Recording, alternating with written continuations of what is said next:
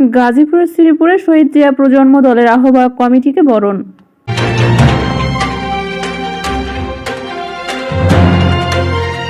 আসসালামু আলাইকুম দর্শক, সকলকে আমন্ত্রণ জানাচ্ছি বিবিআর নিউজ সংবাদে। গাজীপুর শ্রীপুর থেকে ওসমান গনির পাঠানো ভিডিও চিত্রে দেখুন বিস্তারিত।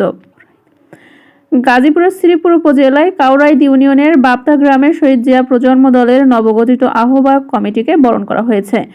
অনুষ্ঠানে সভাপতিত্ব করেন কাউরাইদ ইউনিয়ন শ্রমিক দলের সভাপতি এম স্বপন মাহমুদ এবং সঞ্চালনা করেন ইউনিয়ন শ্রমিক দলের নেতা আশরাফুল।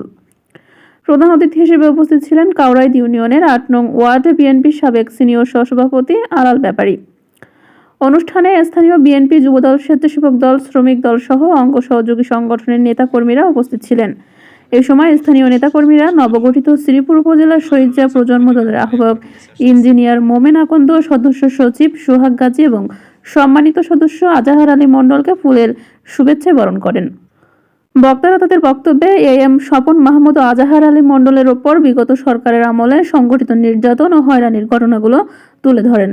অনুষ্ঠান শেষে ৮ নং ওয়ার্ড বিএনপির প্রবীণ নেতা আব্দুল বাতেন মণ্ডলের রুহের মাগফিরাত কামনা করে বিশেষ দোয়া পরিচালনার মাধ্যমে কর্মসূচির সমাপ্তি ঘোষণা করা হয়।